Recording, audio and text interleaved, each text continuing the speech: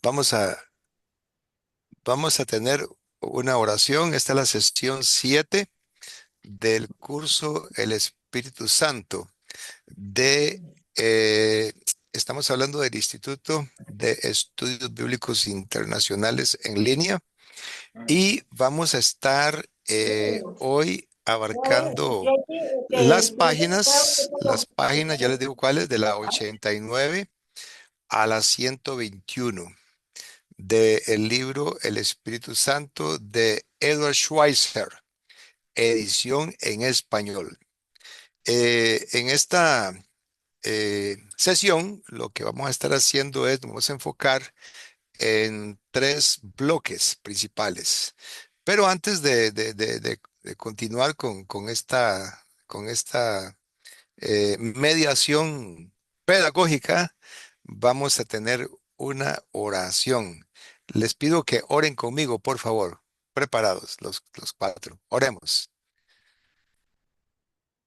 Bendito Dios, glorioso Señor, a ti que eres el soberano, que tienes todo el poderío, toda la gloria, a ti que eres santo, en tu presencia estamos humillados, postrados delante tuyo, porque verdaderamente mereces que nosotros eh, te adoremos y que exaltemos tu nombre, que reconozcamos que eres verdaderamente la autoridad suprema y que tienes hegemonía absoluta en la totalidad del universo. Y te pedimos que también tengas autoridad y soberanía en nuestras vidas, en nuestros corazones. Gracias por Cristo, porque Él murió por nosotros para quitar el pecado, para quitar la culpa y hacernos sentir limpios delante tuyo. Gracias, Señor, por el Espíritu Santo que está en nosotros para darnos libertad, para darnos conocimiento, para hacernos sentir verdaderamente a gusto contigo, cómodos contigo, Señor, y para poder oír tu voz y entender más profundamente las cosas que nos has revelado. Te pedimos que nos acompañes en esta clase y hemos orado en el nombre de Cristo Jesús. Amén. Gracias, hermanos. Gracias, gracias, hermana, por por estar aquí presentes. Y vamos a entonces a estar viendo que el Espíritu Santo nos guía a nosotros en nuestras vidas como hijos de Dios, como creyentes. Vamos a tratar de comprender cómo es que el Espíritu Santo hace esa labor, esa función de guiarnos. Bienvenida, Lisanka. ¿Está Henry contigo? Eh, ¿Está Henry contigo, Lisanka? También, te pregunto. Bueno, Lisanka no me está oyendo todavía. Muy bien, no hay problema. Seguimos adelante. Entonces, quiero compartirles, voy a ver si puedo compartir. Aquí está, ¿verdad? El módulo. Vamos a convertir el módulo en la pantalla. Ya, Ah, Carlos, no. Sí. ah, tú puedes compartir la pantalla y yo te hice el co-host. Ok, ok. Gracias, So, gracias. tú tienes permiso Compartir. para todo. Muy bien. Estamos compartiendo pantalla. Ok. Entonces, dice aquí, vamos a irnos directamente al módulo 11. Módulo 11. Un momento. Aquí está. El objetivo de este módulo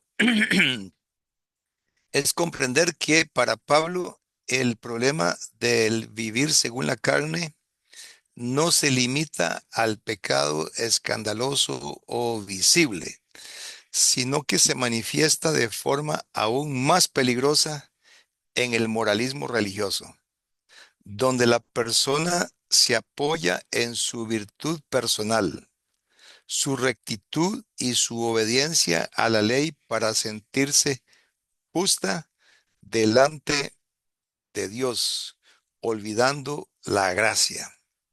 Repito, el problema de vivir según la carne no se limita al pecador escandaloso o visible. Se manifiesta de forma más peligrosa en el moralismo religioso. Repito, más peligroso es el moralismo religioso.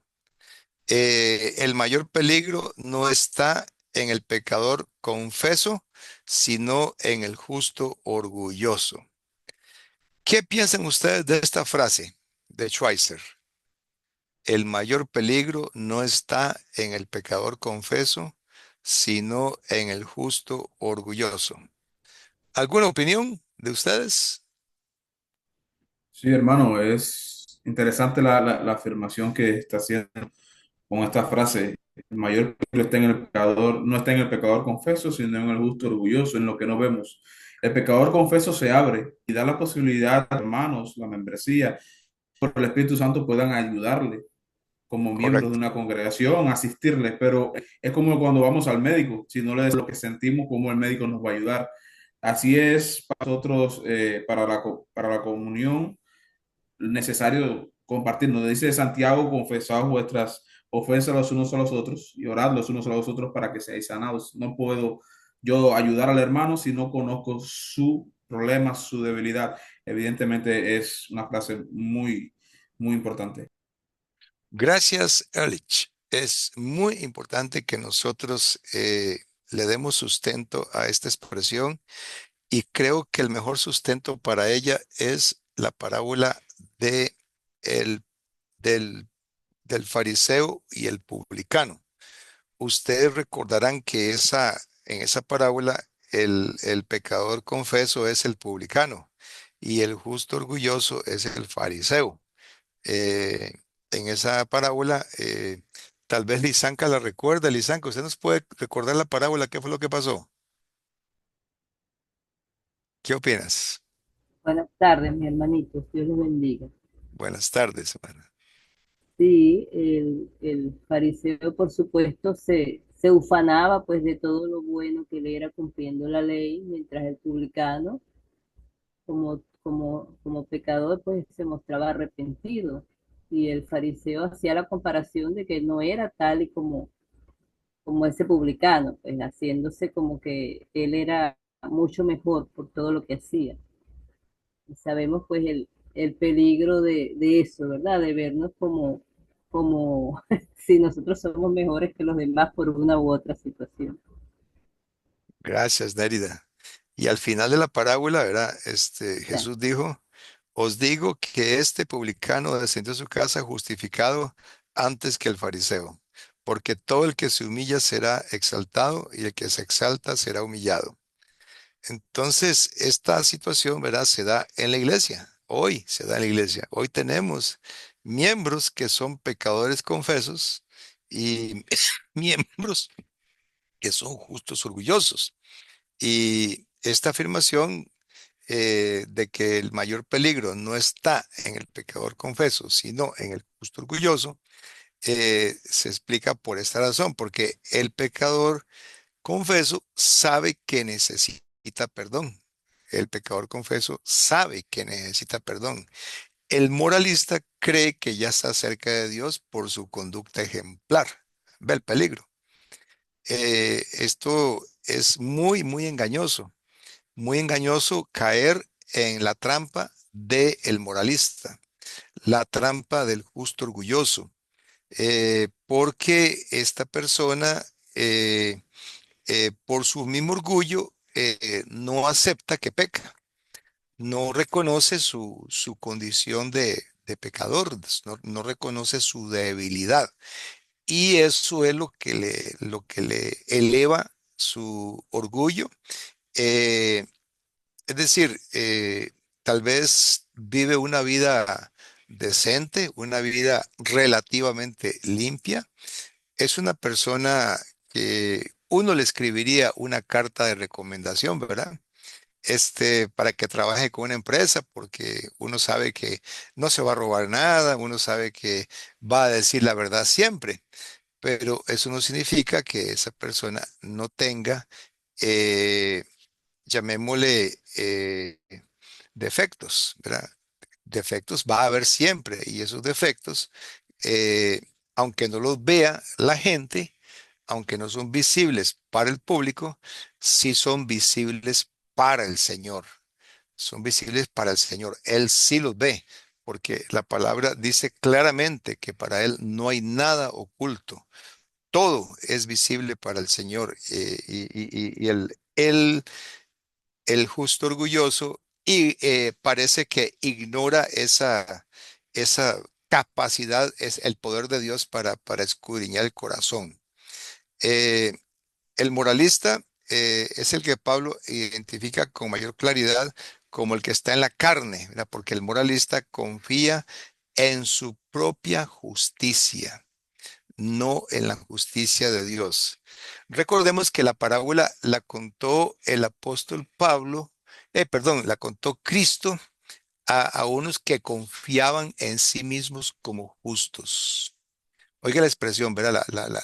La parábola del fariseo y el publicano la contó a unos, así textualmente, que confiaban en sí mismos como justos.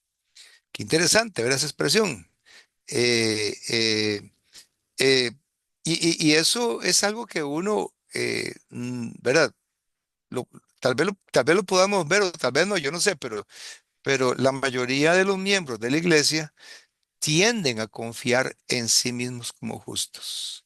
Es decir, las personas que asisten a la iglesia, por lo general, si ellos hacen un análisis de sí mismos, pueden sacar dos conclusiones.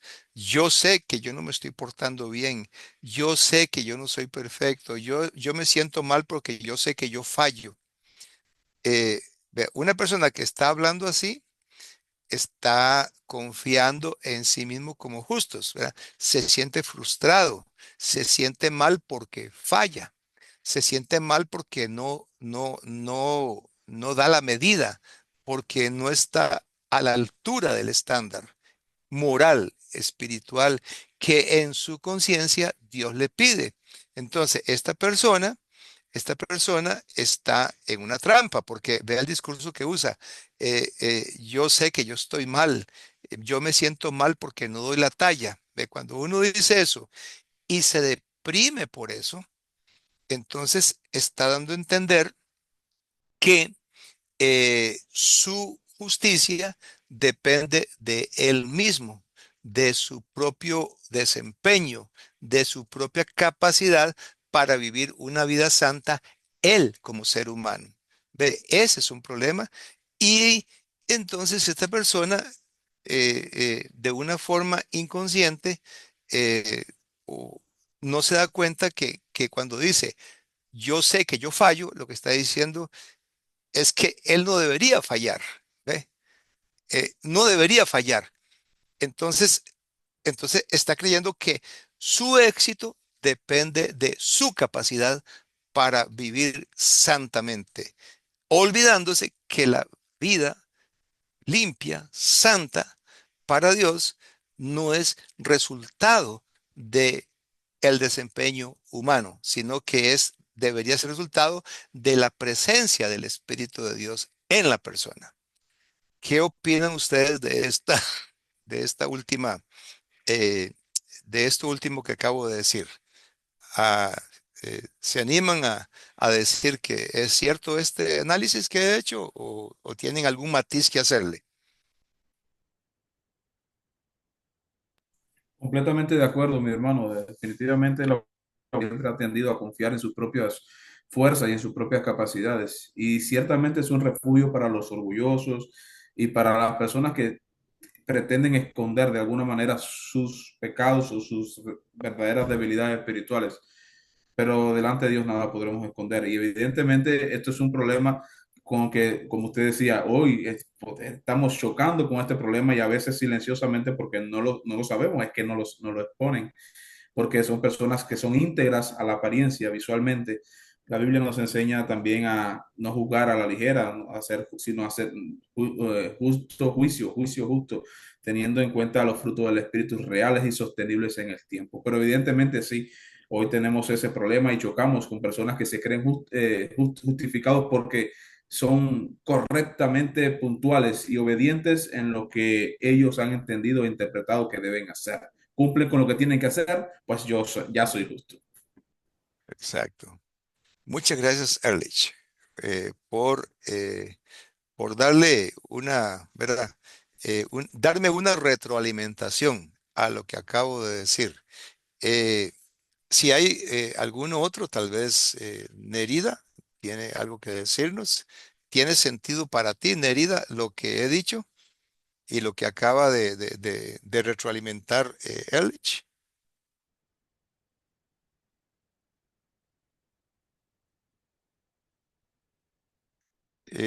Bueno, esta es una de las dificultades de las clases en línea, ¿verdad? Porque uno no está viendo a la persona, ¿verdad? Pero bueno, tal vez Lisanka tenga algo que decirnos. ¿Cómo interpretan ustedes estas afirmaciones que acabamos de hacer? Si no, no hay problema, seguimos. Eh, el, Según el libro, según el contenido de Schweitzer, el problema no es la virtud, sino el orgullo que se adhiere a ella. ¿Ve? Estamos hablando de personas que se sienten virtuosas, que se sienten piadosas, que sienten que viven una vida limpia. Y eso está bien, vivir una vida limpia. Eso está bien, ¿verdad? Que haya virtud en nosotros, que nos sintamos que no hemos caído, no hemos pecado. El problema no es ese. El problema es que hay un orgullo que acompaña ¿verdad? Ese relativo éxito en vivir una vida santa. Sigue afirmando Schweitzer que la carne puede vestirse de religiosidad, de legalismo, de perfeccionismo o falsa humildad y aún así estar centrada en el yo, centrada en el yo. Entonces hay personas que hacen eso, ¿verdad? Que a sí mismos se presentan como personas que han sido capaces de vivir una vida santa, pero en realidad eh, al decirlo no se dan cuenta que están dando la apariencia de ser personas que confían en sí mismas como justas. Y eso es algo que al Señor no le agrada. El Señor no está de acuerdo con que nosotros eh, ¿verdad? Tengamos tal clase de actitud, porque eso es exaltarse a uno mismo. Y eso lo hace uno juicioso de los demás. Eso hace que uno juzgue a los demás. Muy bien, les pregunto, ¿verdad? Les pregunto. Lisanka, te estoy viendo. ¿Me estás oyendo? ¿Todo bien, Lisanka? Sí, ahorita era que no pude abrir rápido el micrófono, pero Ah, sí, bueno, bueno. estoy bastante de acuerdo con lo que han dicho hasta ahora. Adelante. Es- ¿Estás de acuerdo? ¿Puedes darnos algún matiz, alguna Bueno, idea? Ujú. a veces nos pasa, colocándome yo en el lugar, ¿verdad? De esa persona que se cree que está haciendo el bien, que es virtuosa, que se siente orgullosa de eso. Yo realmente pienso, pues, que siempre nosotros en el fondo sabemos quiénes somos realmente, ¿verdad? Y como por conveniencia a veces podemos tender a compararnos con quien vemos que hace menos, por decir, a nuestro criterio, ¿verdad? Entonces, bueno, yo soy mejor que aquella o soy mejor que aquel porque yo hago esto otro, o sea, tratamos de exaltar eso que nosotros creemos que estamos haciendo bien, pero siempre sabemos quiénes somos realmente, ¿verdad? Qué es lo que hacemos y qué es lo que no hacemos. Y esa manera de tratar de compararnos con otro que a nuestros ojos hace menos eh, dentro de la vida cristiana es simplemente para reforzar el ego, pues. Y también sabemos que nosotros fallamos al hacer eso.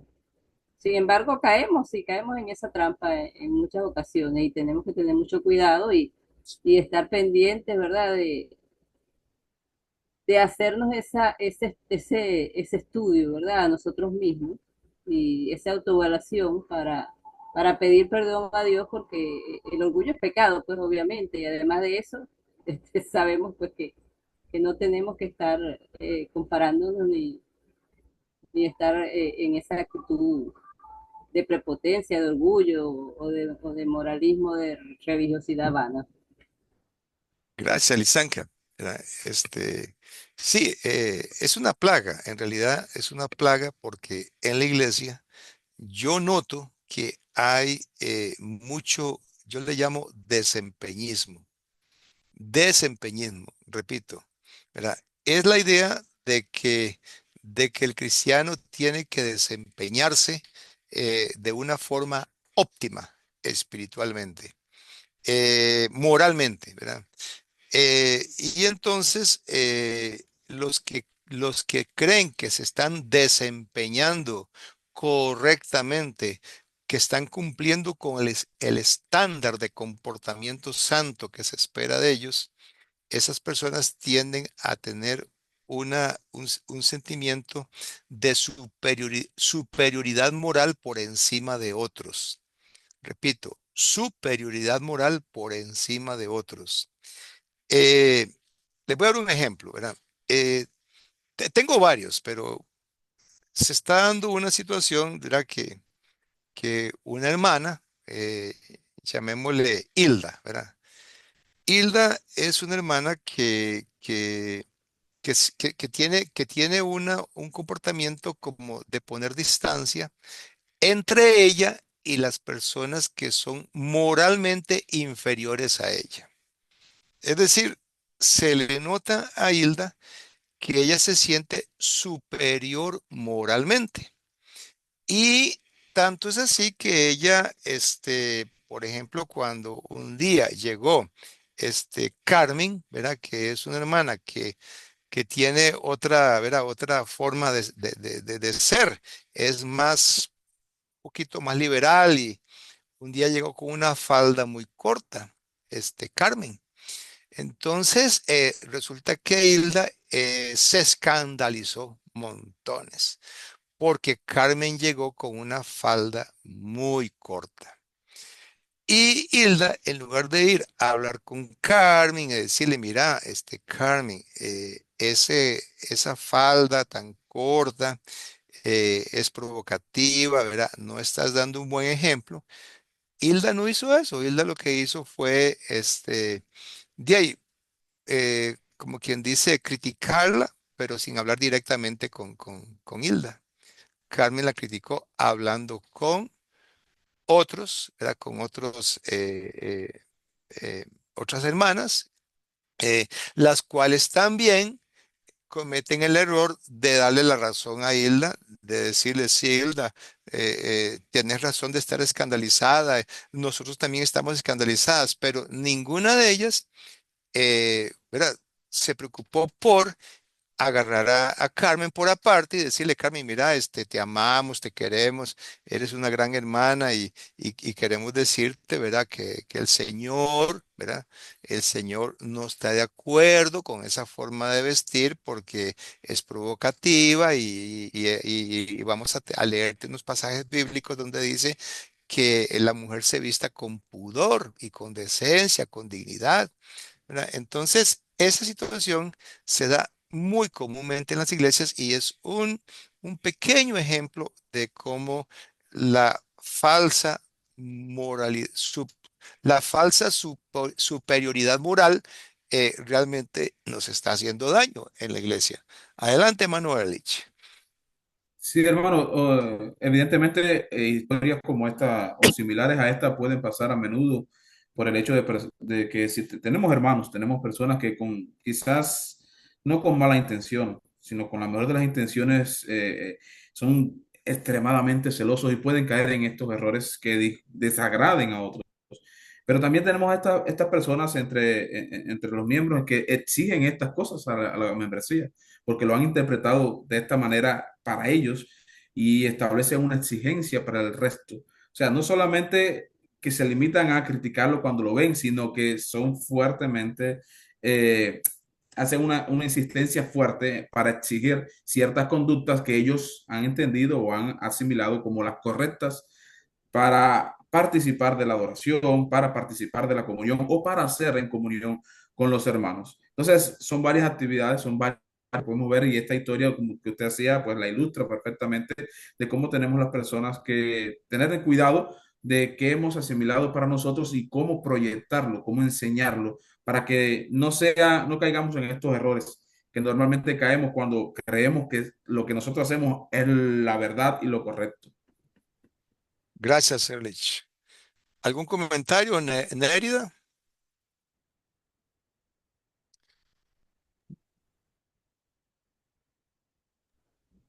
Mérida Te escucho. creo que tiene problemas para abrir el micrófono. Sí. Ah, sí, creo que ahora sí lo abrí. Adelante, Nérida. ¿Tienes algún comentario que hacer? Bueno, hermano, sí, hay que tener mucho cuidado porque cuando estamos pendientes, ¿verdad?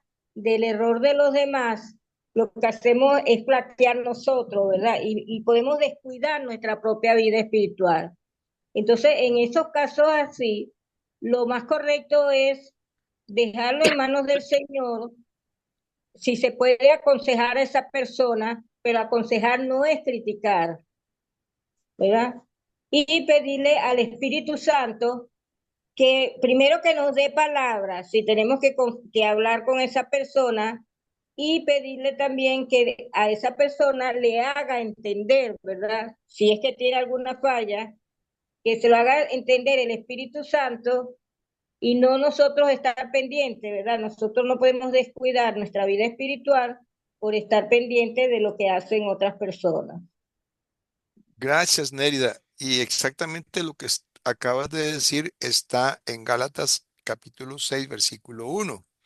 Se lo voy a leer. Dice, hermanos, si alguno fuere sorprendido en alguna falta, vosotros que sois espirituales, restauradle con espíritu de mansedumbre, considerándote a ti mismo, no sea que tú también seas tentado.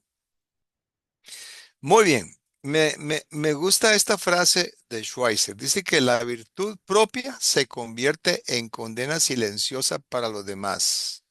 Oiga, estoy parafraseando un poquito, ¿verdad? La virtud propia se convierte en condena silenciosa para los demás. Esta virtud no es fruto del espíritu, sino una expresión refinada del ego que busca aprobación y control. O sea, eso está dando en el blanco. Eso es lo que pasa con las personas que confían en sí mismas como justas y no han aprendido a confiar en la gracia, en el perdón de Dios por la sangre de Cristo que fue derramada para limpiarnos de pecado. Creen que su virtud, creen que su desempeño moral es obra de ellos mismos y no son conscientes de que en realidad es obra de la presencia del Espíritu en ellos. Muy bien. Eh, Me gustaría entonces aquí avanzar. Tal vez vamos a saltarnos algunas cositas porque eso está muy rico, ¿verdad? Para, para darle más énfasis, dice aquí que el pasaje que habla de que la ley no elimina el pecado, sino que lo lleva a su punto máximo. Bueno, ese pasaje está en Romanos 5:20. Dice que así, perdón, la ley se introdujo para que el pecado abundase, mas cuando el pecado abundó, sobreabundó la gracia. Repito, la ley se introdujo para que el pecado abundase. Mas cuando el pecado abundó, sobreabundó la gracia.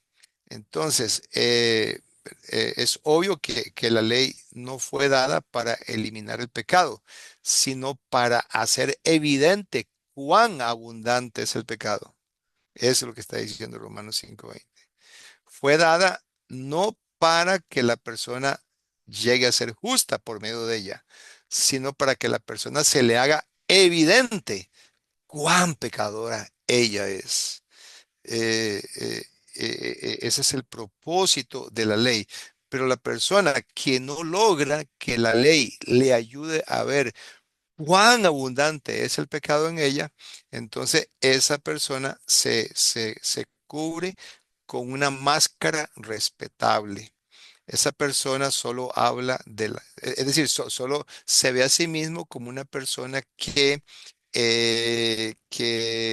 relativamente tiene éxito en cumplir la ley. eh, Vive una vida legalista que puede parecer recta, pero esa vida está vacía de amor, gracia y dependencia de Dios. O sea, esa persona no es humilde como para depender de Dios y no es humilde como para abrazar y tratar con gracia y con empatía a los que considera inferiores moralmente. Eso lo vemos mucho suceder en la iglesia y es muy triste, ¿verdad? Muy triste eso. Bueno, dice Schweizer que solo la gracia rompe el círculo vicioso. El evangelio no es para los que se sienten buenos, sino para los que reconocen que ni su bondad los salva. Ah, Eso me recuerda a lo que dijo Cristo: no he venido para llamar a justos, pero en realidad hay que matizar más esa frase. El evangelio, no he venido para salvar a los que se creen justos, ve, es lo que quiso decir Cristo, sino por los injustos, por los pecadores. No son los justos los que tienen necesidad no son los enfermos, los sanos, perdón, los que tienen necesidad de médicos, sino los enfermos, dijo Cristo. Los que se creen sanos espiritualmente, entonces no son esos los que tienen necesidad de médico. Pero cuando alguien se rinde, ¿verdad? Se rinde, se humilla al hecho de que no puede hacer nada para merecer el amor de Dios, entonces ahí se abre a la verdadera libertad. Ahí se abre a la verdadera libertad, porque una persona que se siente moralmente superior a los demás, esa persona es esclava. Esa persona es esclava, en realidad no es libre, no es libre para amar, no es libre para tratar a los demás, ¿verdad? Con gracia y dependiendo de Dios. Pero la persona que sí se rinde, la persona que como el publicano, ¿verdad? Que dijo, ten misericordia de mí, que soy pecador, ¿verdad? Entonces, esa persona ya no gira en torno a sí misma, ya no gira en torno a su virtud o a su fracaso, sino en torno a Dios. Es decir, en su mente y en su corazón, su enfoque ya no es su capacidad, ya no es que está logrando vivir una vida santa o que está fallando en vivir una vida santa, sino que ahora su enfoque es en la presencia del Señor en su vida, la perfección divina, el Espíritu Santo en su vida. Esa persona ha aprendido a decir como Pablo: ya no vivo yo, mas vive Cristo en mí. Pero antes de eso dijo: con Cristo estoy juntamente crucificado. Ya no vivo yo, mas vive Cristo en mí. Esa persona se enfoca en quién vive en ella. Repito, esa persona se enfoca en quién vive en ella y ya no se enfoca en aquel que murió. Aquel murió ya, ¿verdad? Quien yo he sido, murió. Quien vive es Cristo. Y al vivir Cristo en mí, entonces ya yo no giro en torno a mí mismo, sino que giro en torno a Cristo. Muy bien. Aquí hay una frase de Lutero: peca con valentía. Hay que explicarla bien, ¿verdad? Lo que está diciendo es que nosotros eh, eh, aceptemos que podemos fallar, ¿verdad? Que no tengamos miedo a la idea de que podemos fallar. De hecho, puede ser que de veras fallemos y sea necesario que fallemos para que entonces humildemente reconozcamos que somos débiles y que no damos la talla humanamente hablando, ¿verdad? Y que necesitamos entonces aprender a hacer morir los deseos de la carne para aprender a andar en el espíritu y no satisfacer los deseos de la carne. Sigue diciendo Schweitzer aquí que la gracia nos libera para vivir con responsabilidad y riesgo, sin escondernos ni obsesionarnos con la perfección, ¿verdad? Nos libera, ¿verdad? Nos hace libres, ¿verdad? Porque acuérdense lo que dice 2 Corintios 3, ¿verdad? Que dice que donde está el Espíritu, ahí hay libertad. La persona es libre de su propio ego, de su propia vanidad, de sus propios deseos. Y entonces ya no se obsesiona con la perfección y asume responsabilidad,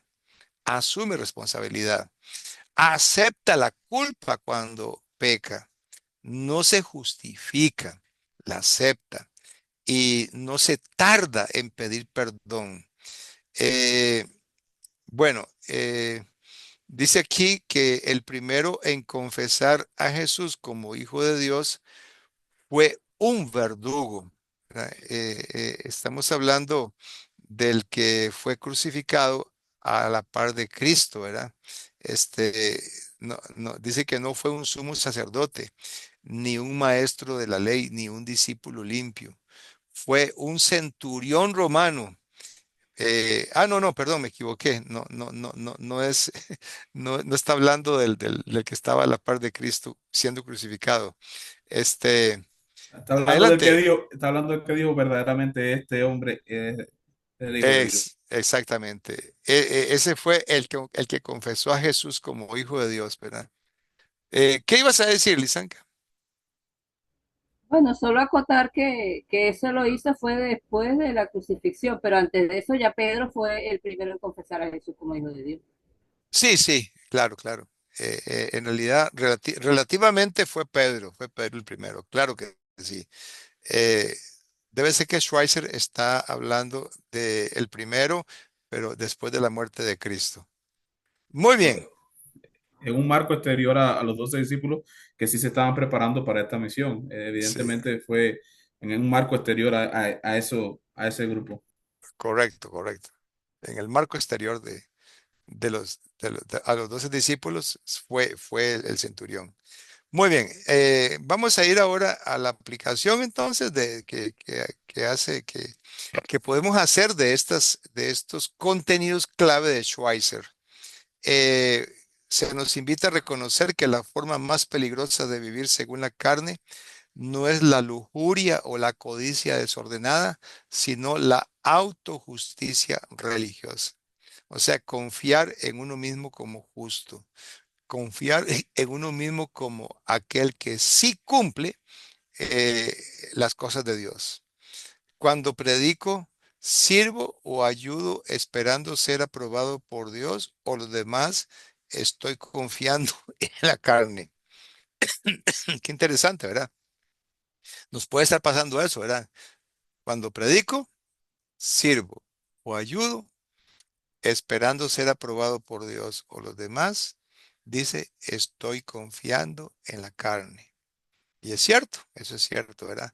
No deberíamos servir ni ayudar esperando ser aprobados por Dios, y menos por los demás. No es, o sea, yo no busco aprobación divina, no debería buscarla, ¿verdad? Ahora dice, cuando juzgo a otros, desde mi moral superior, me he alejado de la gracia. Pero cuando reconozco que ni en mis mejores días soy suficiente, me vuelvo receptivo al amor de Dios. Preguntas para el obrero cristiano, ¿verdad? Dice, ¿estoy descansando en la gracia o me estoy comparando con otros para sentirme justo? Oiga, qué buena pregunta, ¿verdad? ¿Estaré yo descansando en la gracia? ¿Reposando? ¿Estando seguro que por la gracia de Dios soy libre de pecados, soy santo, soy justo? ¿O estaré, ¿verdad?, comparándome con otros, diciendo, bueno, por dicha que no soy tan malo como aquel otro, ¿verdad? Eh, es curioso, pero puede estar pasando en algunos miembros. Otra pregunta, ¿estaré tan obsesionado con hacerlo todo bien, entre comillas, que ya no disfruto la libertad del evangelio? Eso pasa mucho también, ¿verdad? Porque yo quiero ser tan correcto, ¿verdad? Yo quiero ser una persona que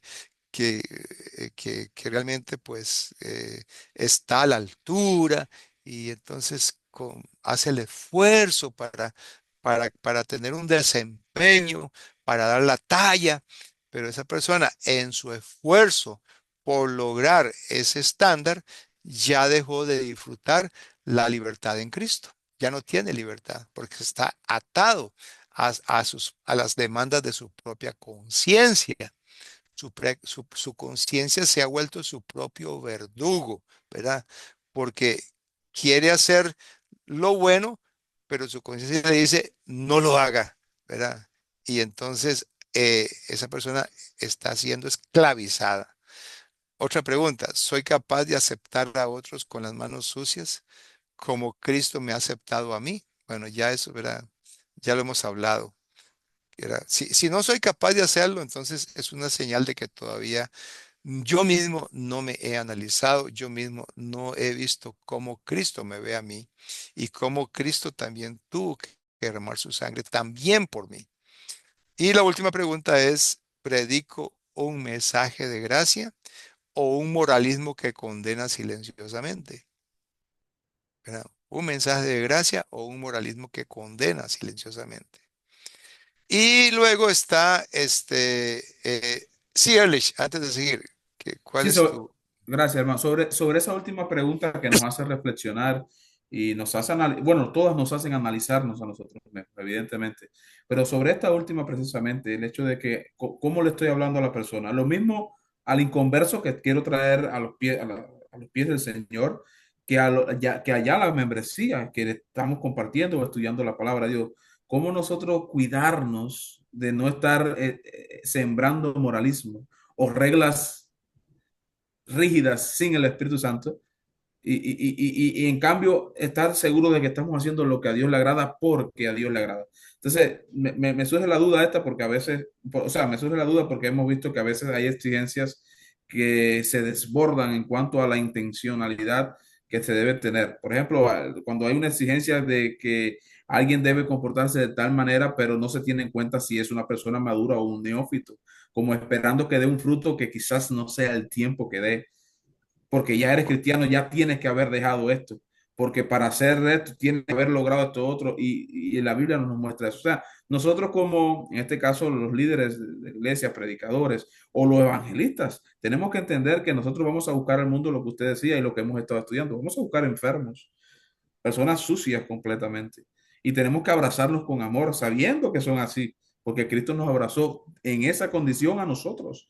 En esa condición, Cristo nos recibió y nos ha ido limpiando, nos limpió del pecado y luego nos ha ido santificando. Es importante, mi hermano, que todas las preguntas las analicemos y en especial me impacta esta última, porque realmente tenemos una responsabilidad de no predicar nuestra moral, sino el mensaje de Cristo. Sí, sí, la prédica debe ser cuidadosa porque uno puede perfectamente con la prédica estar haciendo tan evidente la culpa de ellos, ¿verdad? Que con la culpa entonces quiere manipular a los demás con la culpa, ¿verdad? Obvio que sí, la palabra de Dios debe exponer la culpa, debe hacer evidente y hacer sentirse culpable a la gente. No hay problema con eso, ¿verdad? El problema es cuando esa prédica,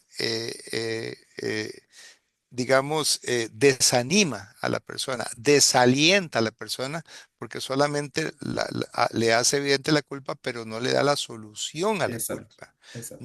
No le explica que sí, somos culpables, pero por la gracia de Dios, esa culpa es quitadas, podemos ser limpios de ese sentimiento de indignidad, como hizo el padre con el hijo pródigo, ¿verdad? Que llegó todo sucio, todo, ¿verdad? Lleno de harapos y entonces el padre dijo, este, ponle un anillo en su dedo, calzado en sus pies y que lo vistieran. O sea, esa es una manera de decir que Dios, eso es lo que hace con nosotros. Nuestro sentimiento de indignidad, Él, ¿verdad? Nos pone un vestido que es Cristo mismo. Cristo es el vestido. De Él estamos revestidos, según dice Gálatas 3:27. Entonces, ¿verdad? El problema es ese, ¿verdad? Que las prédicas que solamente lo que hacen es nada más hacer evidente la culpa, pero no dan la solución a la culpa. En resumen, dice Dios no busca perfectos. Perdón, Lisan, que ibas a decir algo, me pareció. Sí, hermano, en cuanto al comentario con respecto a esa última pregunta, nos pasa también cuando hablamos con los inconversos, ¿verdad? Que le explicamos el plan de salvación, les animamos, y tengo, o sea, muchas experiencias con respecto a eso, que se le ha predicado a alguien por un tiempo, cuando ya están animados para bautizarse, pues. Entonces les hace la pregunta, ¿pero estás casado o estás casada? Si no estás casado no te puedo bautizar. Y de eso ha habido cualquier cantidad incluso entre mismos ministros de la iglesia que condenan a otros, porque él la bautizó si no estaba. Entonces, bueno, ya sabemos todo lo que conlleva eso, ¿verdad? Porque estamos condenando, estamos Sí, haciendo algo Eso, que sabemos que es un legalismo o un moralismo nuestro y no es lo que te dice la Biblia en el plan de salvación, pues. claro. Y claro. eso, Ese mismo ejemplo, mi hermana, qué bueno que lo citas, porque pasa no solamente con el matrimonio, con el hecho de que fuma, con el hecho de que quizás bebe o con cualquier otra cosa. Es como que nosotros estamos ganando la salvación por nuestros propios méritos. Y ya, si ya yo me limpié de todo, para qué voy a buscar? De Cristo si ya estoy limpio. Entonces, en ese sentido, estamos negando la obra santificadora del Espíritu Santo que recibimos a la hora de bautizarnos. Y precisamente eso es un ejemplo muy fuerte. O sea, poner condiciones para que Cristo obre en la vida de la persona. Ese mismo ejemplo es maravilloso, realmente. Sí. Sí, en realidad el problema es ese, ¿verdad? Que nosotros al predicar de esa forma, ¿verdad? Lo que estamos haciéndole ver a la persona es que su salvación depende de su capacidad para dejar el pecado. Ese es el problema. Y entonces esa persona se bautiza creyendo que su desempeño moral depende completamente de su capacidad para estar a la altura de las exigencias de la ley, de ese desempeño, ¿verdad? o no Eh, se bautiza porque no cumple los o, requisitos. o no se bautiza porque no está a la altura, ¿verdad? No se siente a la altura. Las dos cosas suceden, ¿verdad? Los dos extremos se dan. Y, y a las iglesias de Cristo se les critica por eso, por un concepto llamado desempeñismo. Oiga bien, desempeñismo. Esa es la crítica que se nos hace, porque nosotros creemos que las personas son salvas porque además de haberse bautizado, logran vivir una vida santa después de eso. Por eso son salvas, porque entonces ellas están eh, logrando con su propio esfuerzo mantenerse dentro de una santidad relativa. Eh, Eso se llama desempeñismo, desempeñismo. Es decir, depende de mí, depende de cuán santamente, con cuánta pureza yo me desempeñe de ahora en adelante en mi vida como hijo de Dios. Mi salvación depende de que yo, ¿verdad?, mantenga ese estándar. Eh, y claro, obviamente, pues entonces está dando a entender entonces que yo soy salvo porque Cristo, ¿verdad?, murió por mí y yo le agregué mi comportamiento santo. Es decir, no fue suficiente lo que Cristo hizo. Además de lo que Cristo hizo, yo tengo que hacer algo, ¿verdad?, para entonces completar mi salvación. Y eso es falso. No, no, lo que yo hago no completa la salvación. No, no, la salvación está completa con lo que Cristo hizo.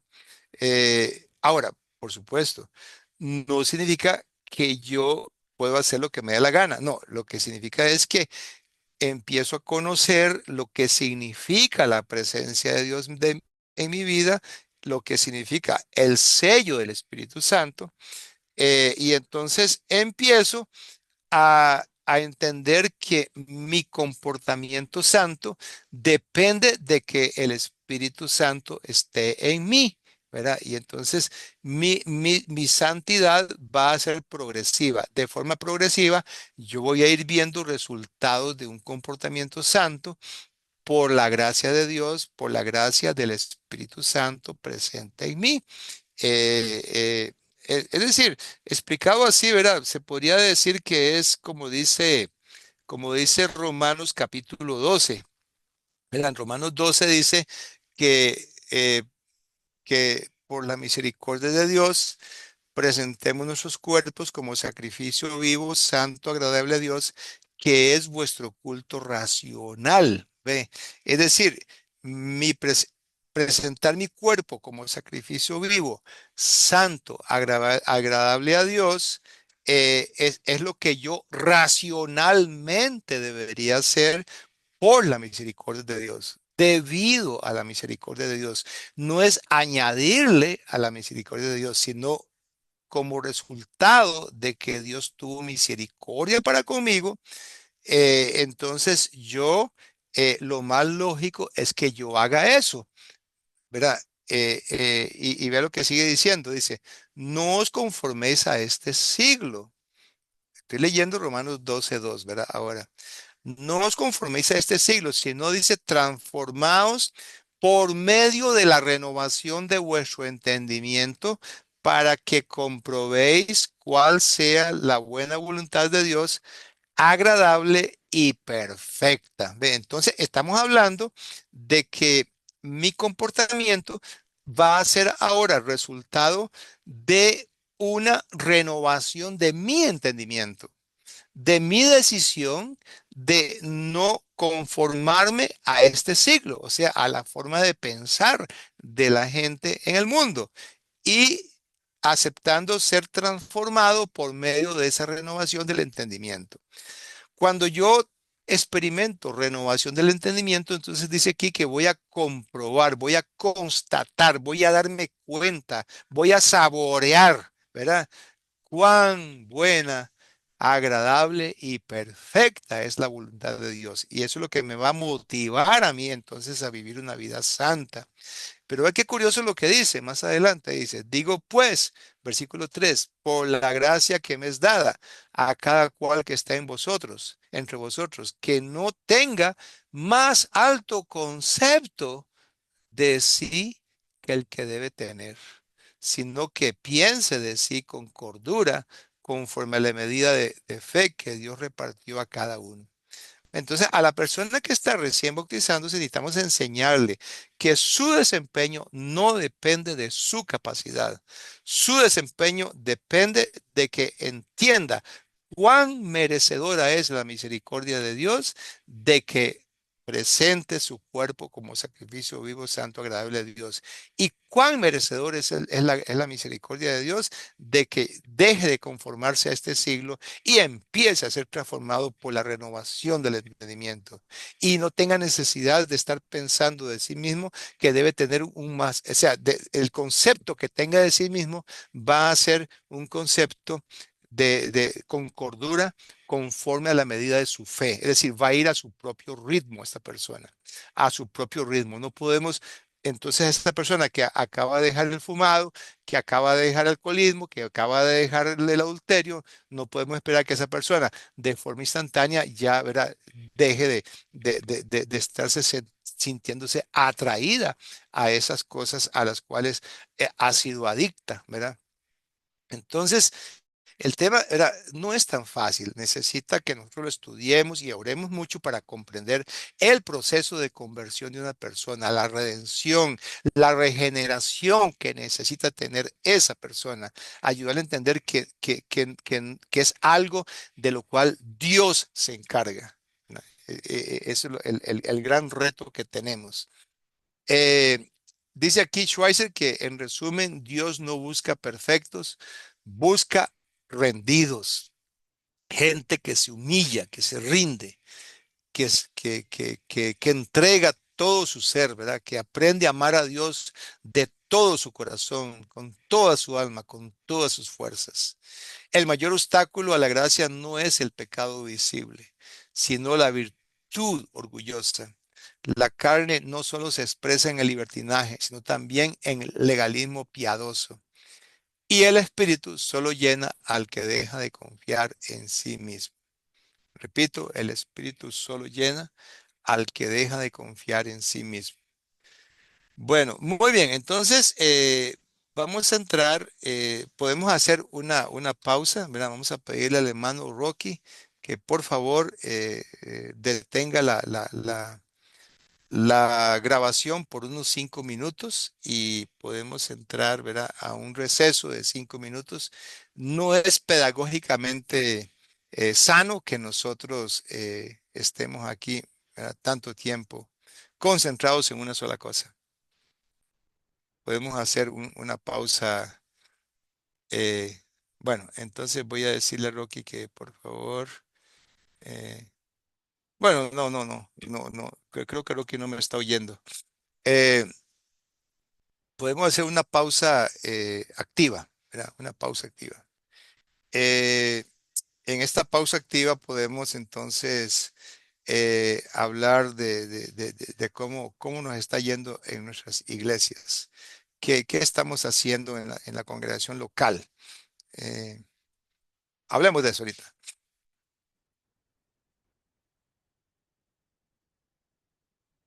¿Alguno puede hablar?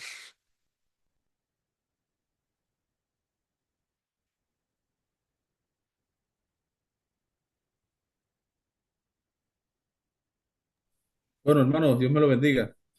Bueno, aquí en el sur de Texas, donde estoy trabajando, colaborando con los hermanos en la congregación de Álamo, la Iglesia de Cristo de Iowa Road. Estoy comenzando a llevar las redes que tienen los hermanos. Tienen un canal de YouTube, una página de Facebook. Estoy encargado también del plan de desarrollo del evangelismo, que hasta ahora no tenían. Es una congregación relativamente joven.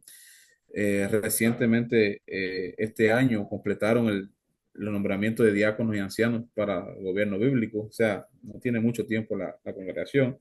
Y colaboro con ellos predicando también enseñanza de la palabra a los jóvenes. El trabajo allí va creciendo, evidentemente con dificultades, con algunos inconvenientes, pero con el empeño de algunos hermanos que Dios ha movido en su corazón el deseo y el anhelo de servir para la obra, y se van haciendo cosas bastante bonitas. Hemos celebrado confraternidades, reuniones de jóvenes.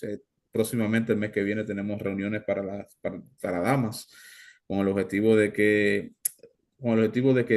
estemos invitando o vamos a recibir a hermanas de toda la zona por acá para, para tener estudios para ellas. Así mismo tendremos pues otra serie de actividades y la obra va creciendo. Son una congregación pequeña, pero va con el favor de Dios incrementándose. Muy bien, muy bien. Erlich, ¿eres uno de los diáconos allí entonces? No, hermano, no soy diácono, los hermanos me tienen gran estima, me escuchan mucho. O sea, tengo la bendición y el favor de Dios de que estoy incluido entre ellos, pero no soy un diácono nombrado. Tenemos Y, tres ancianos, tres diáconos, y estoy al frente del evangelismo como tal. es de habla hispana la iglesia. Sí, es completamente habla hispana, es Mm. puros mexicanos. En Álamo. Es en Álamo, Texas, en el sur de Ah, Texas, cerca de la frontera con México, y los únicos no mexicanos somos mi esposa, mi suegro y yo, que somos de Cuba. los únicos no mexicanos. Muy bien, muy bien. Eh, Disanka, ¿tienes algo que aportar? Voy a pausar la grabación porque ya me di cuenta que sí la puedo pausar. Aquí está. Ahora sí. Adelante, Lisanka.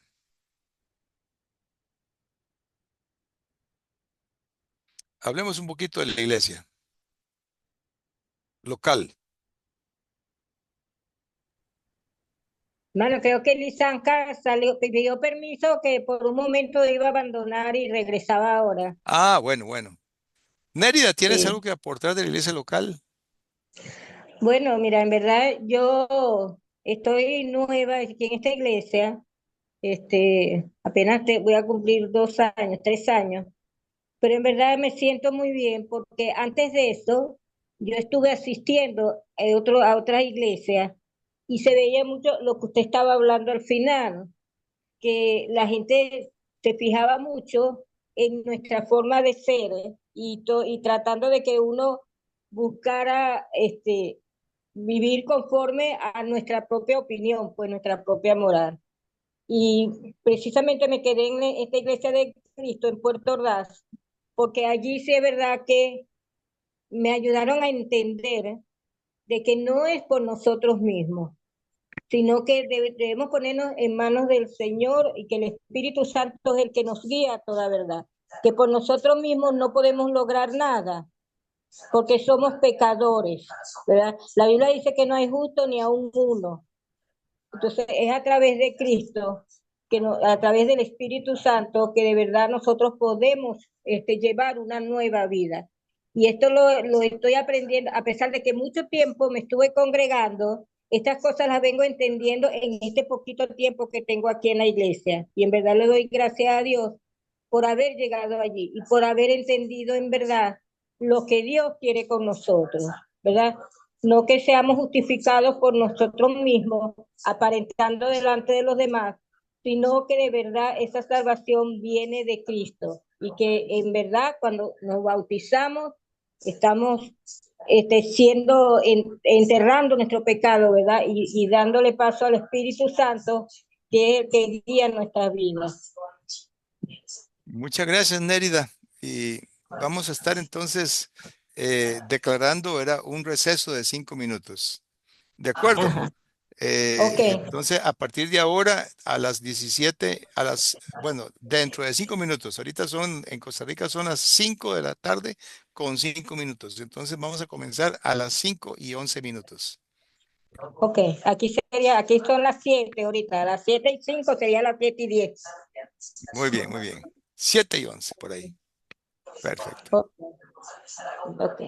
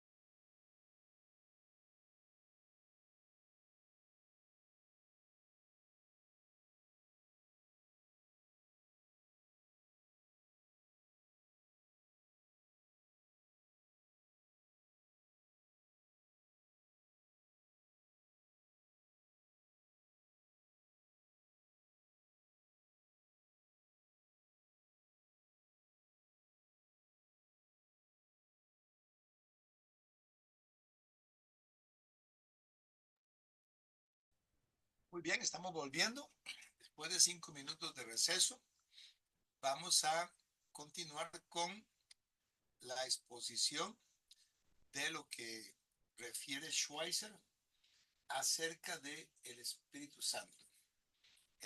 Voy a estar haciendo primero una consulta aquí. Voy a reanudar la grabación. Estamos en la segunda parte del estudio de las páginas. Revisemos páginas 89 hasta la 121 del libro El Espíritu Santo. Y hemos escogido secciones de este contenido. No vamos a poder abarcar todo ese montón de páginas. Sin embargo, todo lo que está escrito en esas páginas se ha desarrollado en forma de módulos y se estará compartiendo esta adaptación en forma de módulos para que los participantes puedan entonces contar con el documento de Word. Voy a ponerme los audífonos y el micrófono, que los había apartado. Muy bien, entonces vamos a pasar a la segunda parte. Un momento, estoy aquí haciendo una consulta rápida. Vamos a irnos a los módulos 8 y 9, donde hay un contraste entre el triunfalismo espiritual y la fuerza y el poder que viene de la cruz. Repito, el triunfalismo espiritual y el poder que viene de la cruz, basándonos en 2 de Corintios 12, 9 y 10 y 1 de Corintios 2, 2. Vamos entonces a irnos directamente al módulo 8. Módulo 8. Un momento. Estamos buscando el módulo 8. Aquí estamos avanzando en esta búsqueda.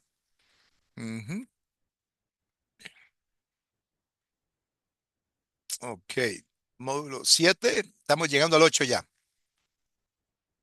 Es muy importante, muy útil esta división por módulos.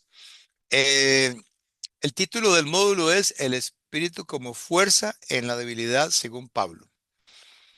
Bueno, muy bien. ¿Cuál es el objetivo?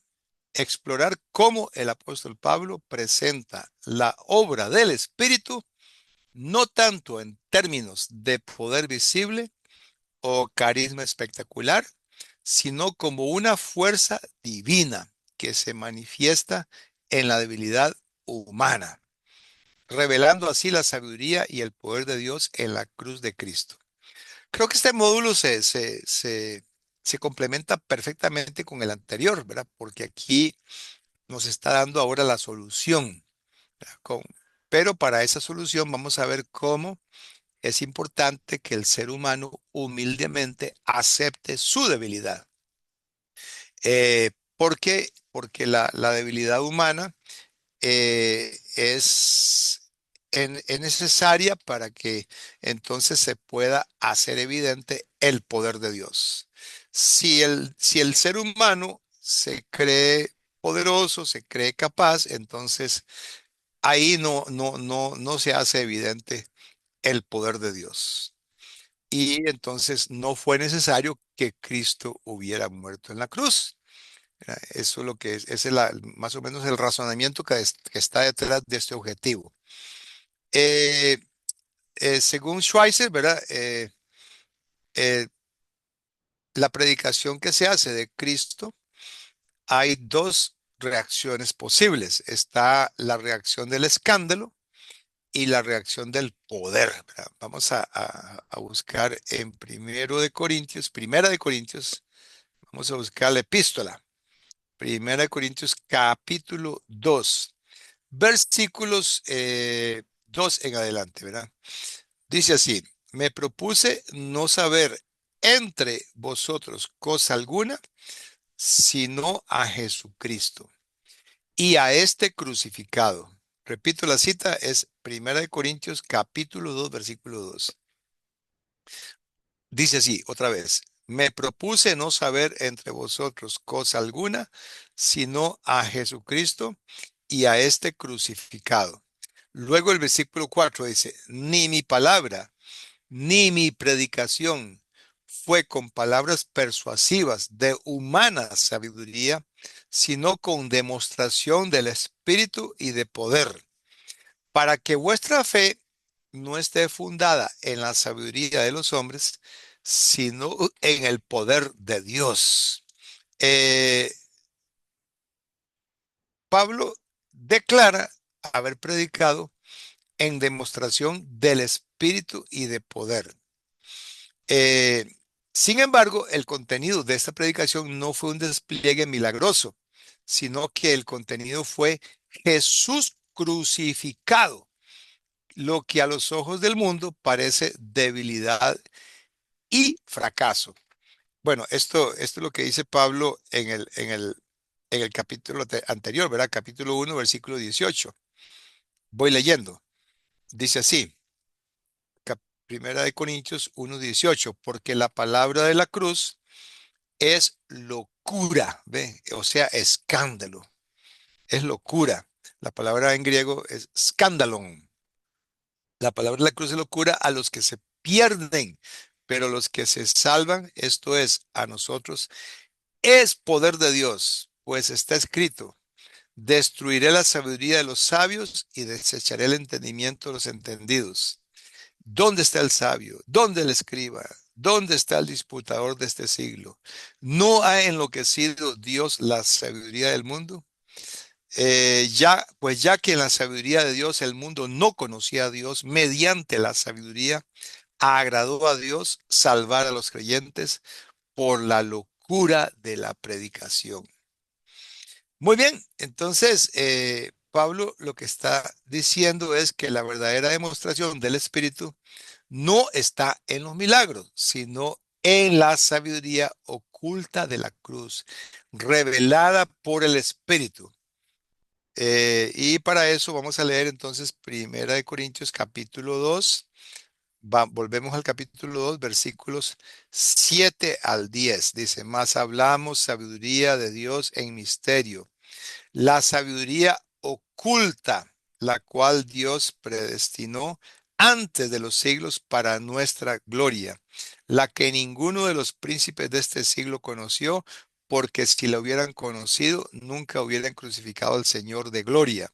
Antes bien, como está escrito, cosas que ojo no vio, ni oído oyó, ni han subido en corazón de hombre, son las que Dios ha preparado para los que le aman. Pero Dios nos la reveló a nosotros por el Espíritu, porque el Espíritu todo lo escudriña, aún lo profundo de Dios. Entonces, ahora Pablo presenta la paradoja divina, fuerza en la debilidad. Vemos que primero Schweitzer, ¿verdad? Nos habla del contraste entre la forma como los que se pierden ven la cruz, la ven como escándalo, la ven como locura, pero los que se salvan la ven como poder. Y Pablo explica que este poder, esta demostración del Espíritu poderosa, es por medio de la muerte de Cristo y que esto es algo que los seres humanos más sabios jamás pudieron haber previsto. Y porque Dios no, los propósitos de Dios, Dios no quiere que sus propósitos o que sus designios sean descifrables por los hombres. Él no quiere eso, ¿verdad? Entonces, por eso Pablo dice que eso estaba oculto y se reveló por medio de la muerte de Cristo.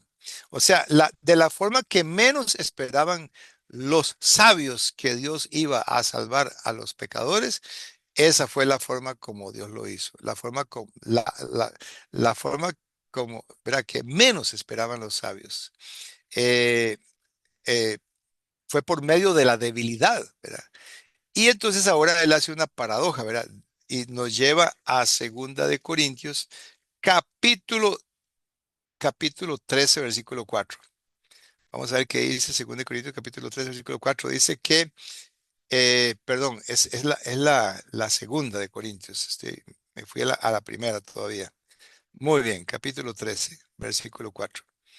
Dice, porque aunque fue crucificado en debilidad, vive por el poder de Dios, pues también nosotros somos débiles en Él, pero vivimos con Él por el poder de Dios. Esa cita es bueno leerla otra vez.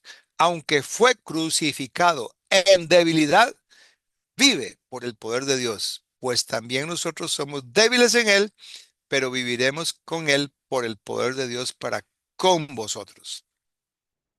Entonces, esta es, ¿verdad?, la paradoja. Crucificado en debilidad, viviendo por el poder de Dios. Así también los apóstoles son débiles con Él, pero viven con Él por el mismo poder. En su propia vida, Pablo reconoce que el poder del Espíritu se perfecciona en la debilidad. Ya conocemos este pasaje. Cuando soy débil, entonces soy fuerte. Segunda de Corintios 12:10. Lo que es incomprensible para el mundo, que es locura versus sabiduría.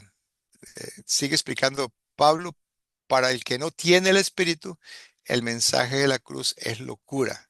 Me adelanté con esto, ¿verdad? Yo me he adelantado con esto, pero para el creyente, gracias a la revelación del Espíritu, la cruz es sabiduría y poder de Dios. El Espíritu nos hace comprender, capaces de comprender los dones de Dios. 1 Corintios 2:12. Y sobre todo nos impide huir de Cristo crucificado, nos confronta con Cristo crucificado, nos atrae a Cristo crucificado y nos transforma por medio de Cristo crucificado. Eh, Luego sigue explicando Schweitzer que de lo que estamos hablando es la unión de la voluntad humana con la voluntad divina, ¿verdad? En Jesús crucificado, el Espíritu nos muestra el punto culminante de la obediencia perfecta, el momento en que Jesús se suelta de todo excepto del Padre. En esa entrega total, la voluntad del Padre y la voluntad de Dios se hacen una sola. Y el Espíritu nos lleva no a una explicación, a una exaltación, perdón, emocional, sino a una unión humilde, obediente y perseverante con Cristo en su entrega. Muy bien, hice mucha lectura, pero ¿qué nos queda de esto? ¿Qué nos queda de esto? Lo que nos queda es que el Señor insiste en que nosotros entendamos que Cristo mismo aceptó hacerse débil, ¿verdad? Él se hizo vulnerable, aceptando ser crucificado, para que nosotros veamos que ese es el camino que nos lleva entonces al poder de Dios, ¿verdad? No vamos a hacer, eh, no vamos a ver el poder de Dios trabajando en nuestras vidas si primero no hacemos como Cristo hizo, muriendo en la cruz. Si no aceptamos que somos débiles. Y al ver que somos débiles, entonces allí es donde el poder de Dios se hace evidente, ¿verdad? Cuando soy débil, entonces soy fuerte. Eh, pero para poder nosotros pasar por ese momento de aceptación de nuestra debilidad, primero es necesario que nosotros también humildemente, ¿verdad?, en un proceso de ir madurando poco a poco, uno va viendo cuán débil es uno. Es cuando uno se da cuenta que de veras uno está, ¿verdad?, que uno no las tiene todas consigo, que uno no es digno, que no estamos a la altura de la perfección divina. Y ese abismo, esa discrepancia abismal entre la santidad de Dios y nuestra condición moral, uno la va descubriendo poco a poco. Y es lo que entonces lo humilla a uno y lo que hace que uno descubra su condición de debilidad.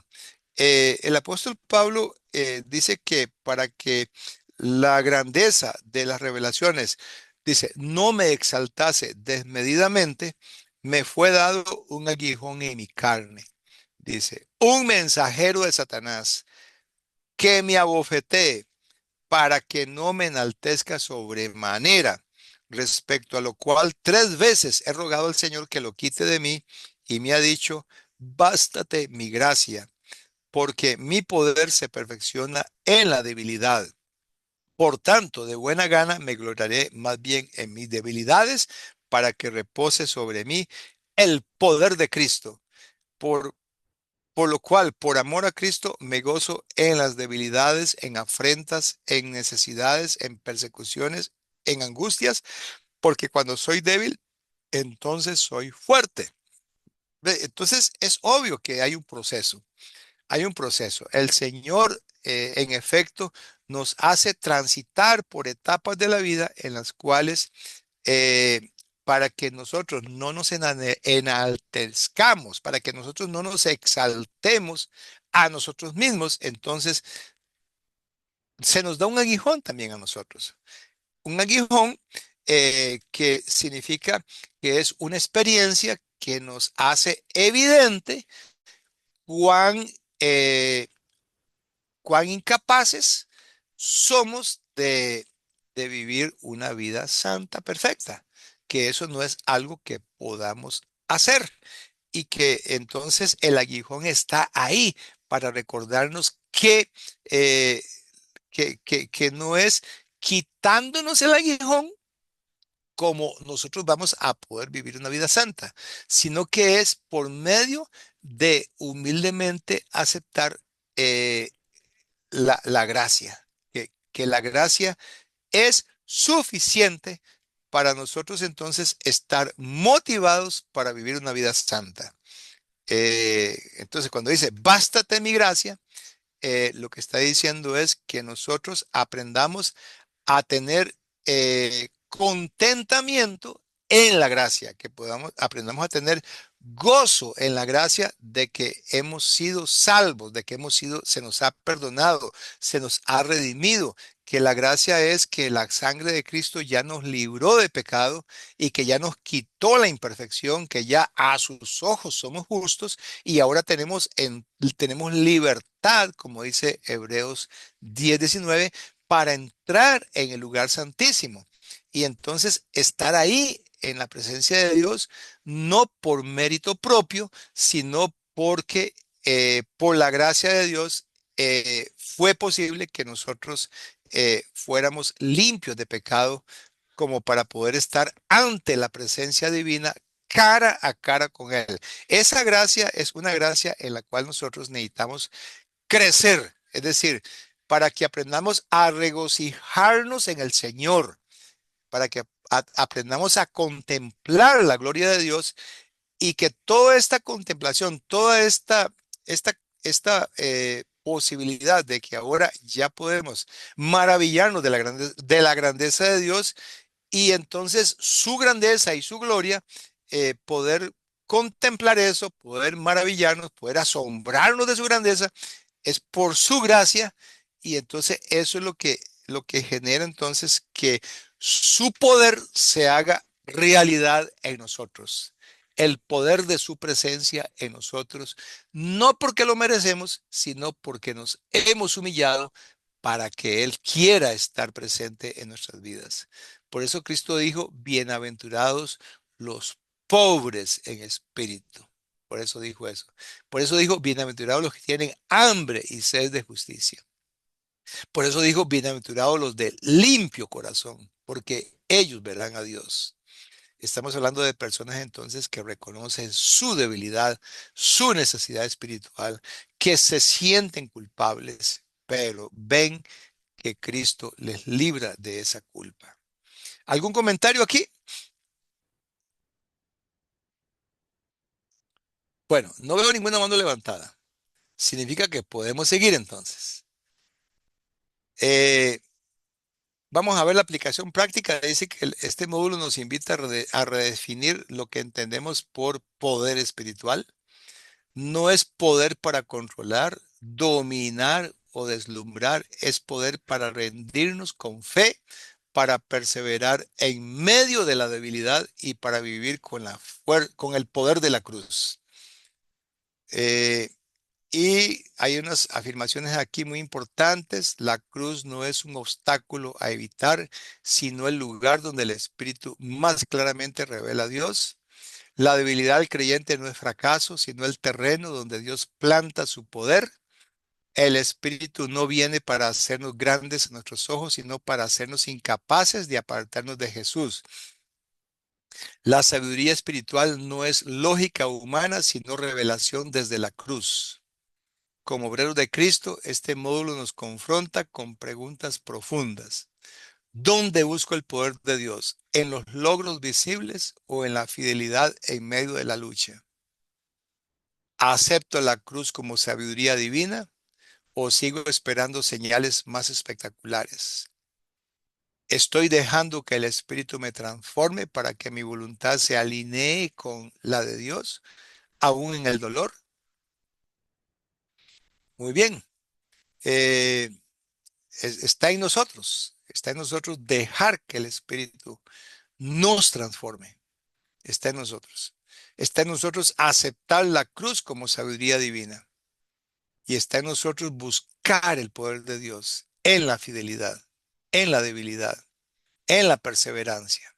Ahí encontramos nosotros el poder de Dios. Cuando somos débiles, entonces eso nos obliga a buscar, a poner la mirada en Él, en lo que Él puede hacer en nosotros. El Espíritu de Dios no se manifiesta necesariamente en el triunfo humano, sino en la comunión con Cristo crucificado.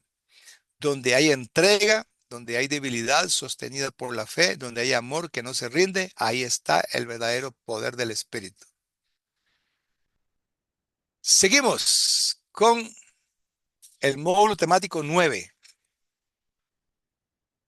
Objetivo del módulo: profundizar en la enseñanza de Pablo sobre el Espíritu como el agente que no nos lleva a glorias humanas, sino que nos une a la experiencia de Jesús en su debilidad, revelando así el poder paradójico de Dios, aquel que actúa precisamente donde el ser humano se siente vencido.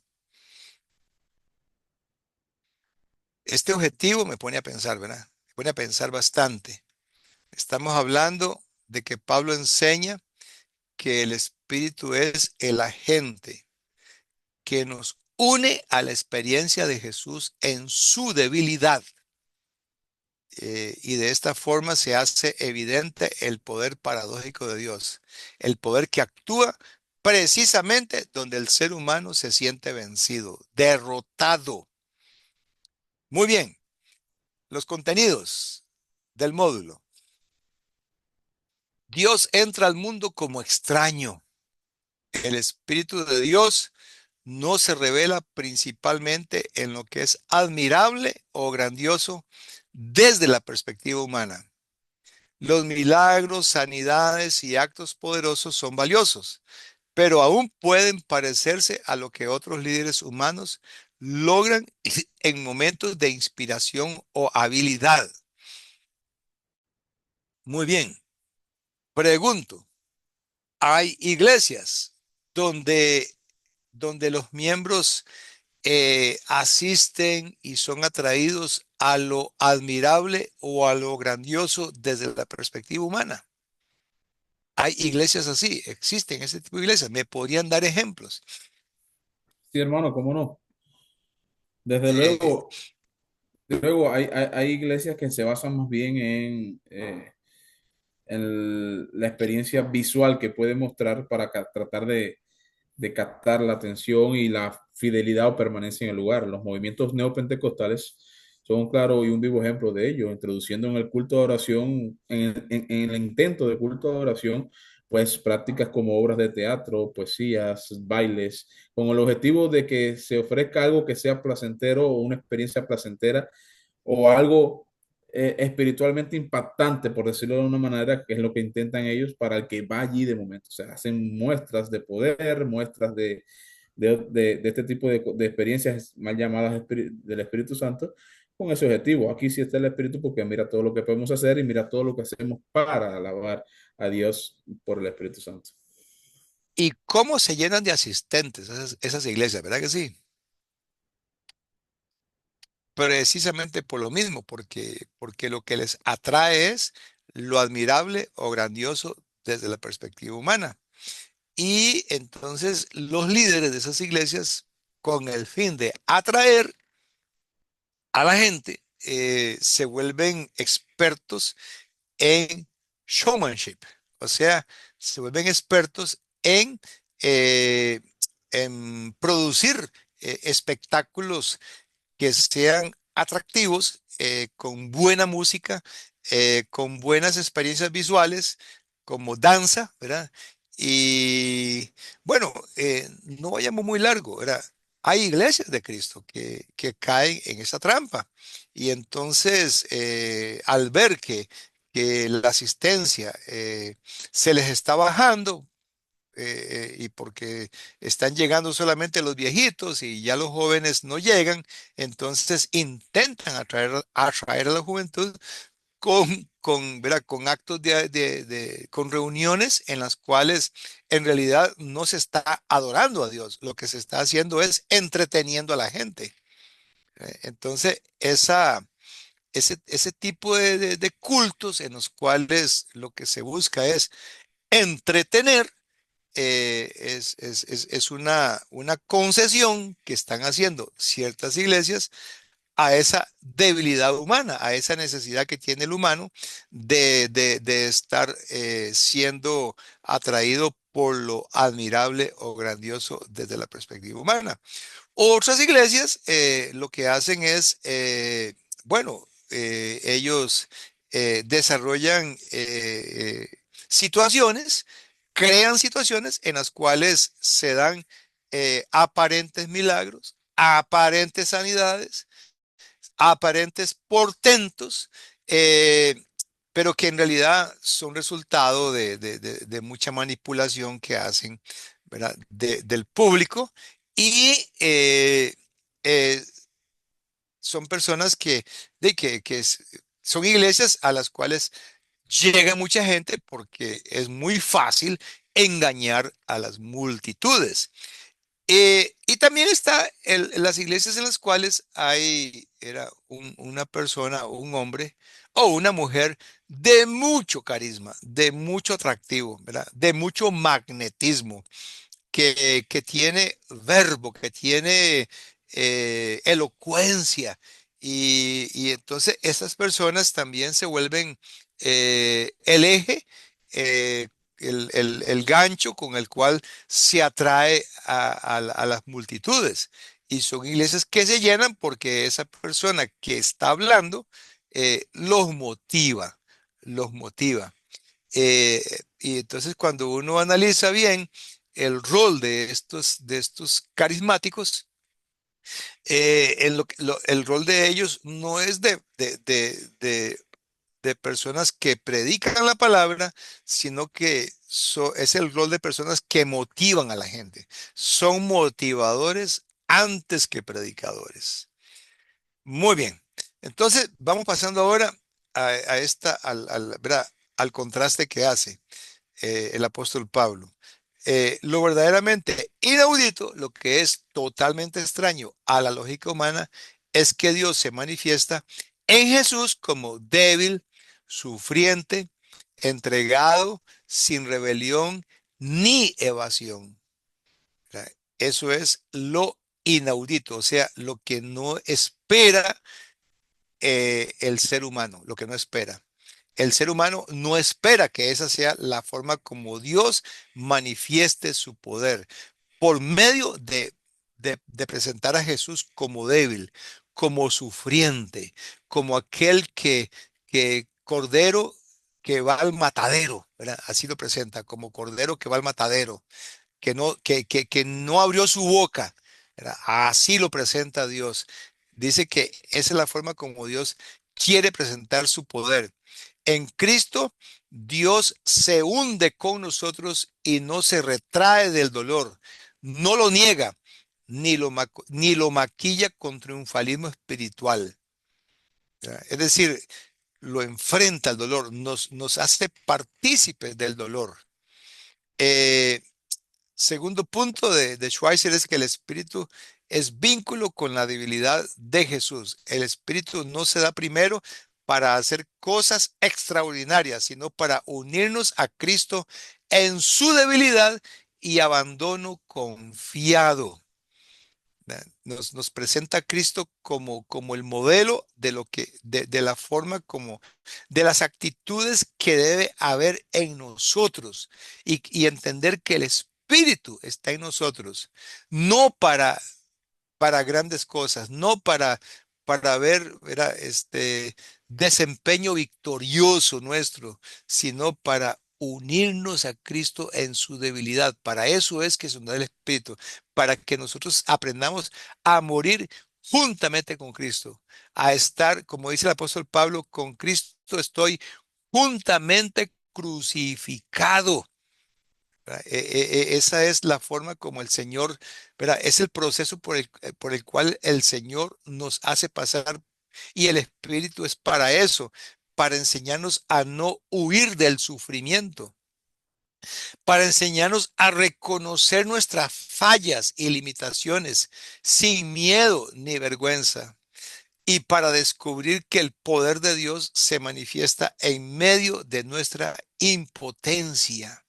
En medio de nuestra impotencia. Esto me recuerda a mí Romanos capítulo 7, ¿verdad? Donde el apóstol Pablo dice que ahí él fue cuando se dio cuenta que él era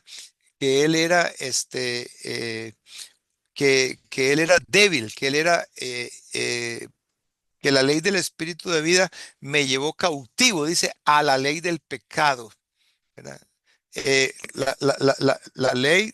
Perdón, no dice la ley del espíritu de vida. Corrijo. Estamos hablando de Romanos capítulo 7. Voy a buscar la cita otra vez. Vamos a ver, Romanos capítulo 7, sí. Correcto. Al final, casi al final, dice así que la ley en mi miembro que se revela contra la ley de mi mente y que me ha llevado cautivo a la ley del pecado que está en mis miembros. Dice, según el hombre interior me deleito en la ley de Dios, pero veo otra ley en mis miembros que se revela contra la ley de mi mente y que me lleva cautivo a la ley del pecado que está en mis miembros. Miserable de mí, ¿quién me librará de este cuerpo de muerte? Entonces, para eso es el Espíritu, para hacer evidente que somos eh, cautivos de la ley del pecado. O sea, que el pecado tiene gobierno, tiene poder para someternos y aceptar esa debilidad.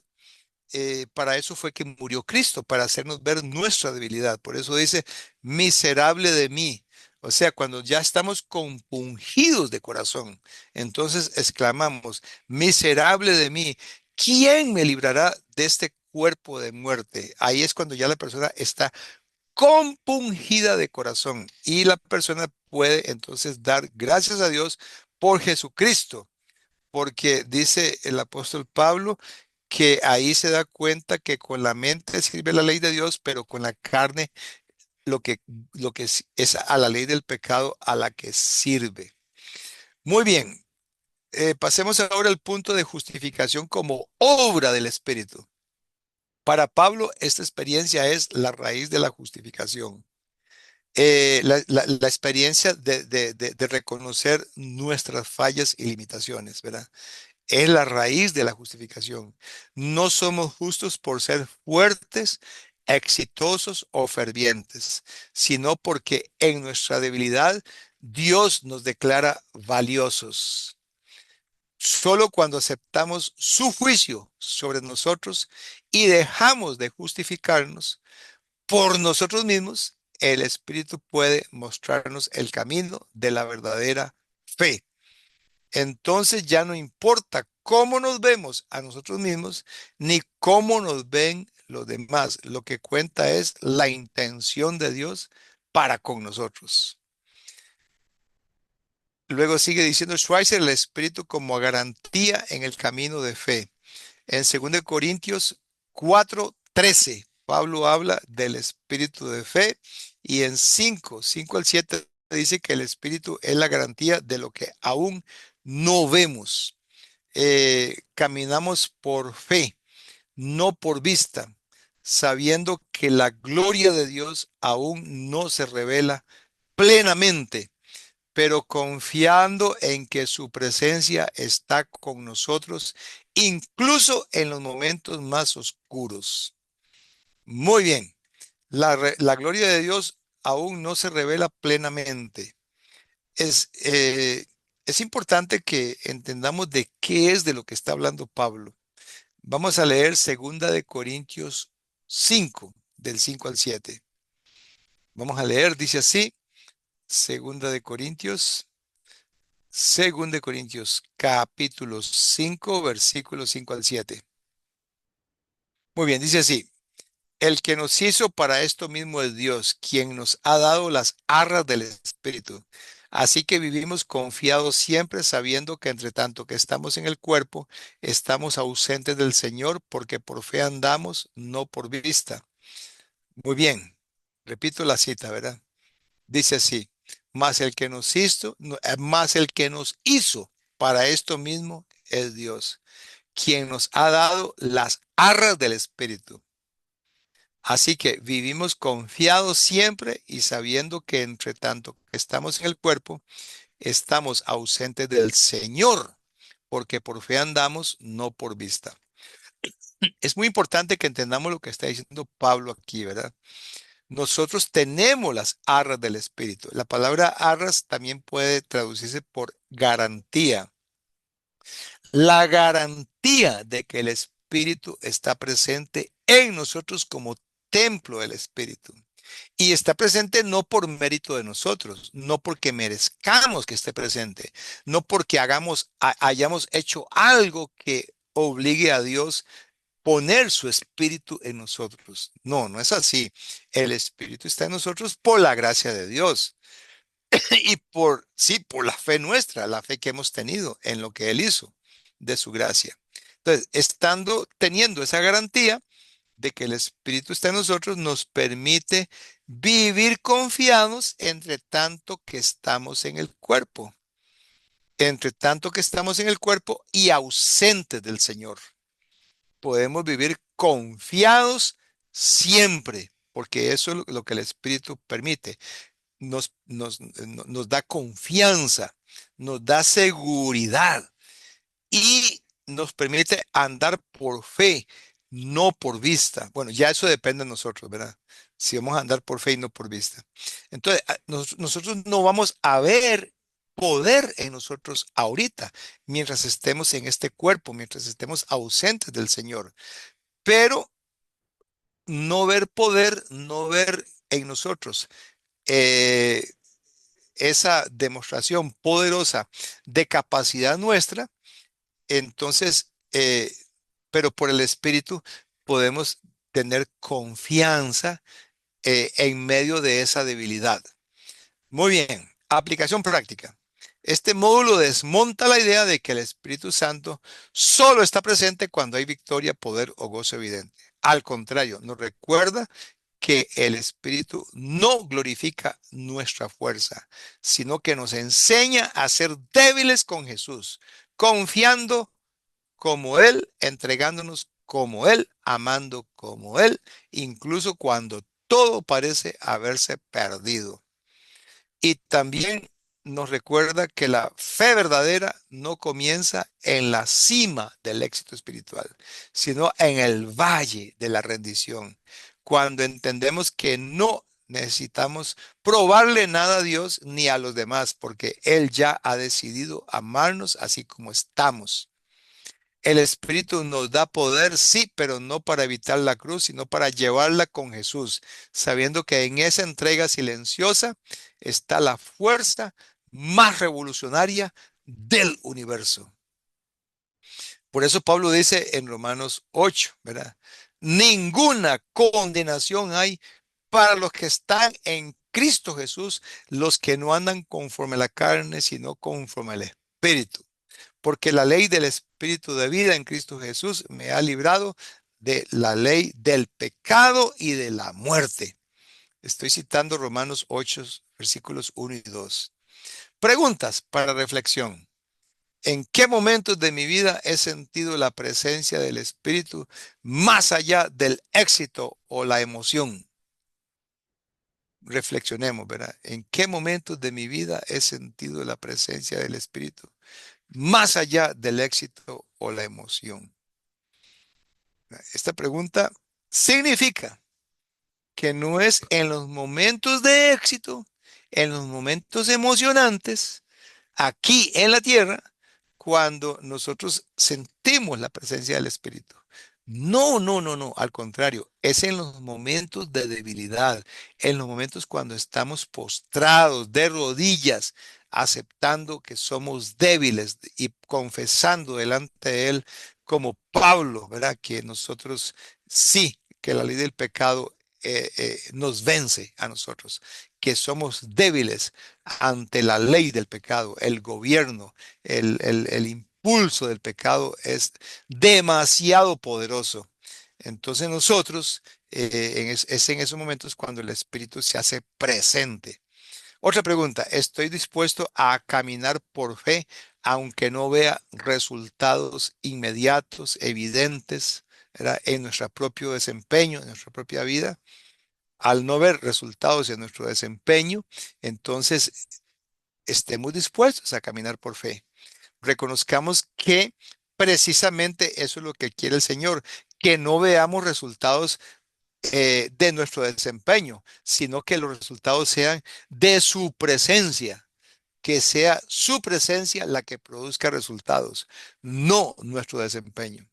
Otra pregunta, reconozco que la obra del Espíritu comienza cuando dejo de defenderme ante Dios, cuando dejo de justificarme, cuando rindo, cuando tiro la toalla, cuando dejo que el Señor gane y yo le diga, tiene razón, Señor, yo soy débil, yo soy pecador, tú ganas, tú eres el fuerte, tú eres el poderoso, por lo tanto, abro mi corazón a tu presencia en mi vida.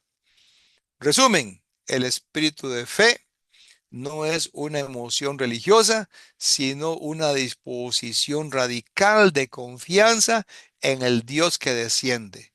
Se abaja y nos redime desde nuestra misma fragilidad. Ahí y solo ahí empieza la nueva vida. Muy bien, esta ha sido, si no hay comentarios, esta ha sido la sesión número 7 del curso El Espíritu Santo de el Instituto de Estudios Bíblicos Internacionales en línea. Así que les invito a tener una oración de despedida. Vamos a terminar con una oración. Voy a pedir al hermano Ehrlich que nos dirija en oración. Así es, hermanos, los invito a orar. Bendito Padre Celestial, que moras en los cielos y en nuestros corazones. Te damos gracias, Señor, por tu increíble obra redentora, por tu creación, por el día que nos regalas, por el sacrificio de nuestro Señor Jesús y por este momento, por este tiempo de estudio y meditación de la palabra que nos permites tener, mi Dios. Gracias porque has dispuesto en nuestros corazones, mi Dios, el deseo de buscar de tu presencia y buscar del conocimiento de tu verdad. Te damos gracias, mi Dios, y rogamos que bendigas a los hermanos encargados, al maestro que hoy ha dirigido y presentado este tema. Te damos gracias, Señor, porque nos has permitido también participar y crecer, Padre amado, en el dominio de tu palabra. Rogamos, Padre, que en nuestros corazones quede grabado cada una de las cosas que hemos aprendido hoy. Que lo pongamos en práctica con amor, mi Dios, no para enaltecernos de haber cumplido, sino porque sea nuestra esperanza y confianza estar siempre orando en ti, en tu presencia, conforme a tu santa y buena voluntad. Permítenos, Señor, reconocer la obra del Espíritu en nosotros, no por emocionalismo, sino, mi Dios, siendo consciente de lo que produce en nuestra conciencia, como consolador, como guía, como el que nos afirma y nos confirma en tus caminos. Perdónanos, Señor, porque somos pecadores, fallamos, Señor, pero acudimos a ti sabiendo que tú nos perdonas, porque hemos aceptado, mi Dios, tu, tu sacrificio y tu plan de salvación. Bendice a mis hermanos presentes, a los que no pudieron entrar, mi Dios, permítele que podamos estar reunidos en el próximo encuentro. Ayúdanos a todos y permite, Padre amado, que nuestro corazón esté ansioso por seguir estudiando de tu palabra y volvernos a reunir para seguir, mi Dios, creciendo juntos. Damos gracias en el nombre de Jesús. Amén. Amén. Muchas gracias, Alex. Y estamos terminando esta sesión. Vamos a poner aquí un momento. Necesito poner aquí, grabación. Ajá. Tenemos aquí que la grabación es. Bueno, se está grabando ahorita, ¿verdad? Lo que quiero es Sí, dejar de grabar. Dejar de grabar. Eh, Se me pierden un poco los.